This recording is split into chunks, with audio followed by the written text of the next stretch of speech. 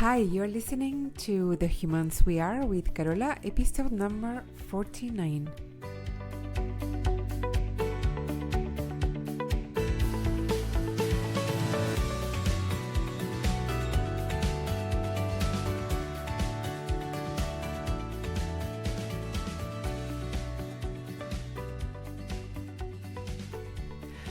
Hello, amazing humans. I hope you're doing amazing today whenever you're listening and wherever you are.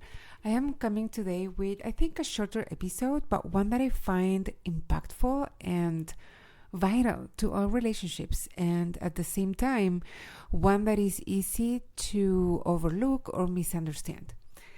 As humans that we have a deep need for connection, to feel connected to the people around us, especially the ones that we love the most, like our partner, our kids, our parents. We want to feel in touch with someone who cares about us. The term Beats for Connection was coined by Doctors John and Julie Gottman, and they define them as an attempt to get attention, affection, and or acceptance. And the idea may have been developed in the context of couples relationships, but it makes sense beyond those kind of relationships. It applies also to parents and children, co-workers, friends, etc. Ideally, we would all be aware of this need that we all share to feel connected, and we would feel that need, we would notice that we are feeling maybe disconnected and that we would like some more connection, and then we would request it. We would allow ourselves to be vulnerable and ask for what we need. And ideally, the receiving part of that request, they would respond in kind, right? But what happens in reality is not that. Because not everyone is self-aware enough all the time to know what they are feeling so that they could articulate what they feel they are missing. Or maybe we don't have the words to articulate what we feel or what we need. Or even if we did articulate it in a very specific and clear way, maybe the other person isn't necessarily on the same page or in the right mind space, or maybe they don't hear what we need in the way that we are trying to convey it. For example, my kids are home from school for winter break. And my husband and I, we both work from home. So it's always challenging when the kids are on break. And it feels like they're always on some kind of break for one reason or another. Now, as they've gotten older, it's gotten easier to have them home because they have more autonomy and they can entertain themselves and feed themselves if they get hungry, and they can find something to read or watch more independently. That helps all of us for sure.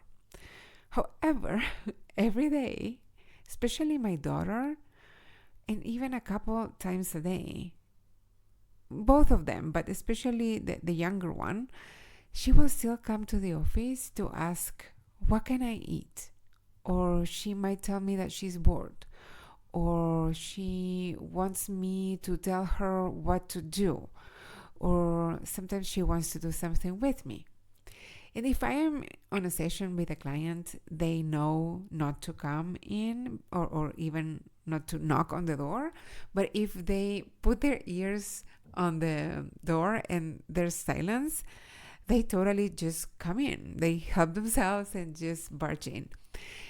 So one thing about me is that I have this hypersensitivity to interruptions.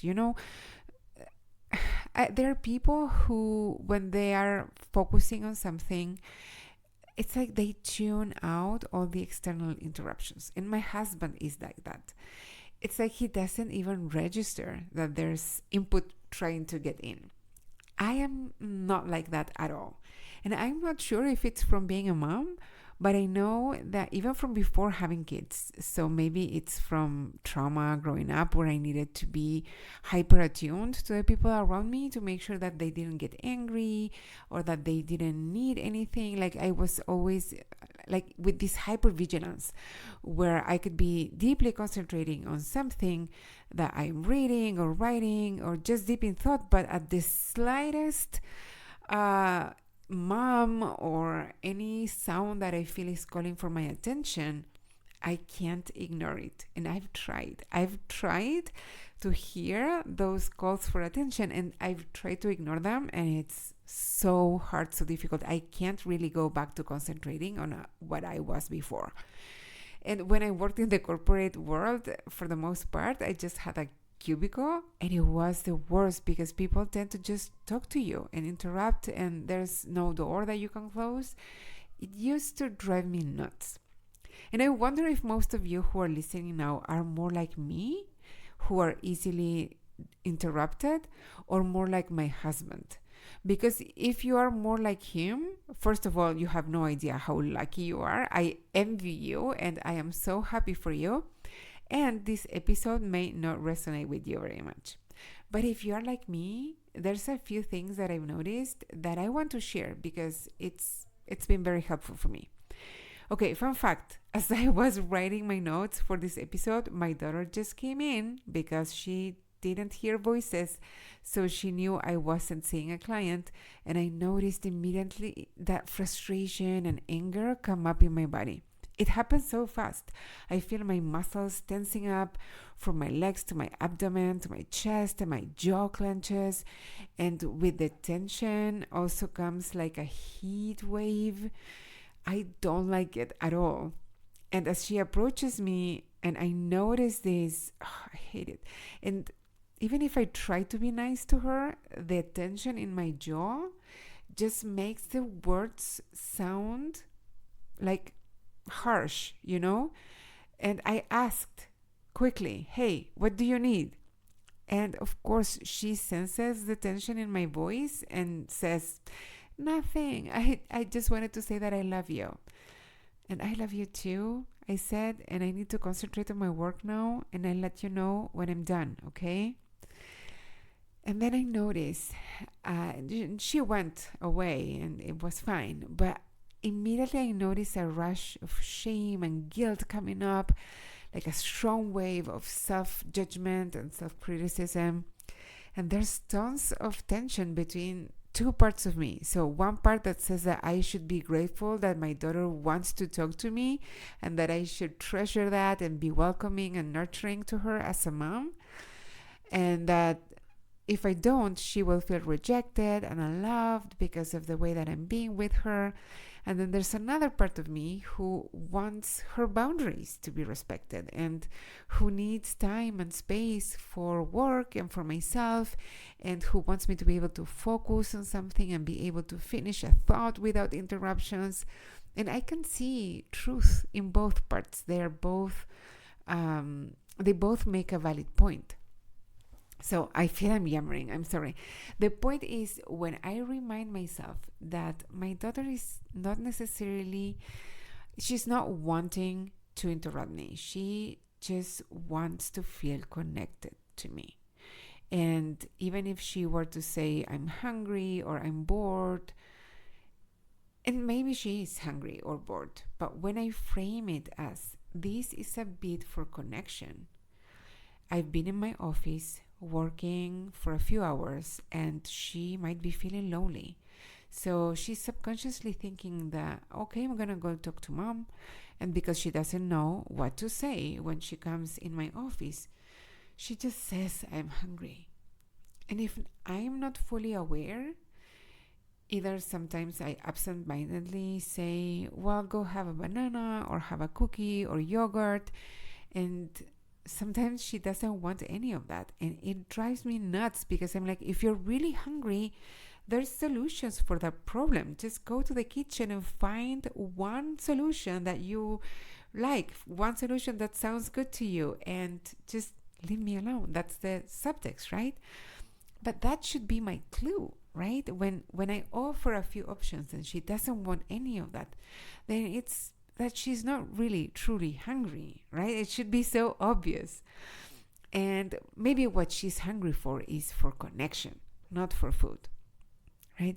So sometimes it's me who needs connection. So I will notice myself sometimes with my husband, and I used to notice this more in the past, that I would have this impulse to say to him things like why are you on your phone so much? Or I would accuse him of being addicted to his phone. Or I would complain that he wasn't paying attention to me when I was telling him something. And it came across as harsh, as accusatory, as complaining. And now I realized that those were my beats for connection. I was feeling disconnected, and that felt bad. And I was projecting that feeling by accusing him of doing something wrong. Seeing those interactions, mine with my husband and my kids, and specifically in the example that I gave you, my daughter with me, seeing those interactions through the lens of these are bits for connection is truly game changing. Now, I can't miss the chance to say that it's okay to feel activated when you are interrupted. It's okay to feel the frustration and the anger and also the guilt and the shame. All of it is human. All of it is normal and valid. There's no right way that one should feel in a situation like that. It's going to feel different for each of us depending on our traumas, our programming, our level of resources at that time. But no matter how we react, we can decide that whatever comes up and however we handle it at any given moment is the best that we could do with the resources that we have. Is the best that we had capacity for. And it's also okay to have the impulse to accuse a partner or someone else when you are feeling left alone, ignored, dismissed. It's human nature. Having the impulse doesn't mean that you have to act on it, though, if you don't want to.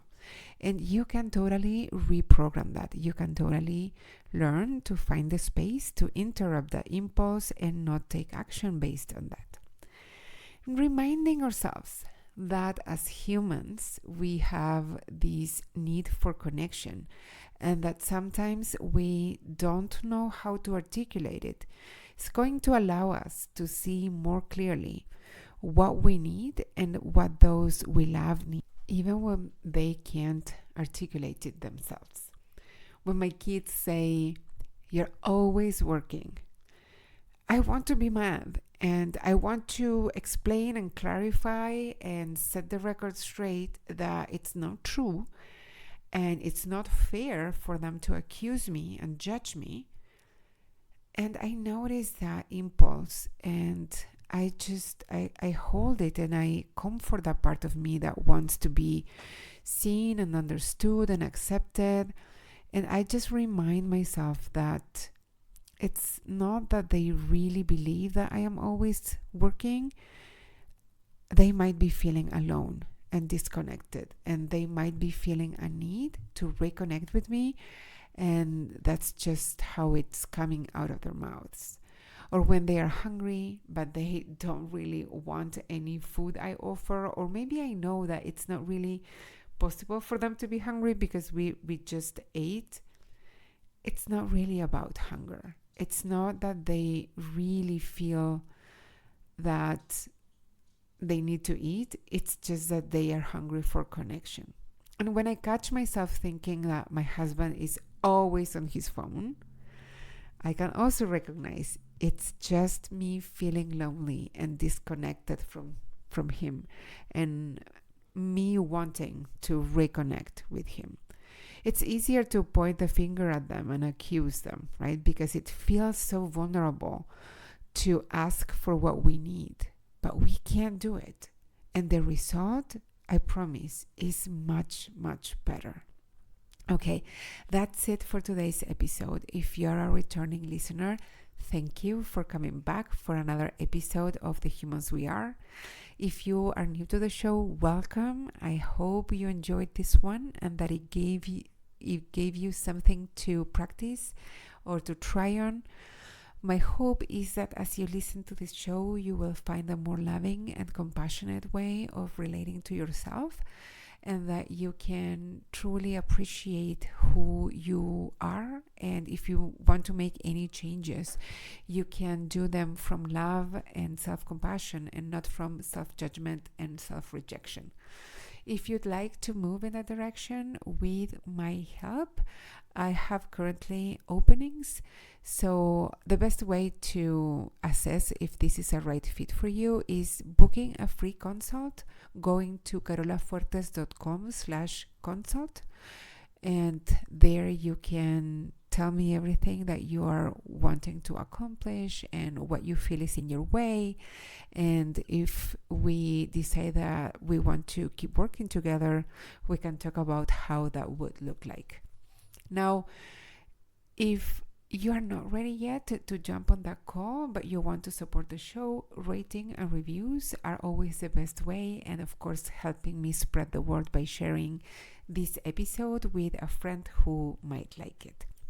If you have any comments or suggestions for topics to cover or feedback of any kind, you can email me at carola@carolafuertes.com, or you can DM me on Instagram at fuertescarola. Okay, I will be back soon. In the meantime, notice your own beats for connection. What shape do they normally take? And can you spot other people's beats for connection with you? That's all for now, my friends. Bye-bye.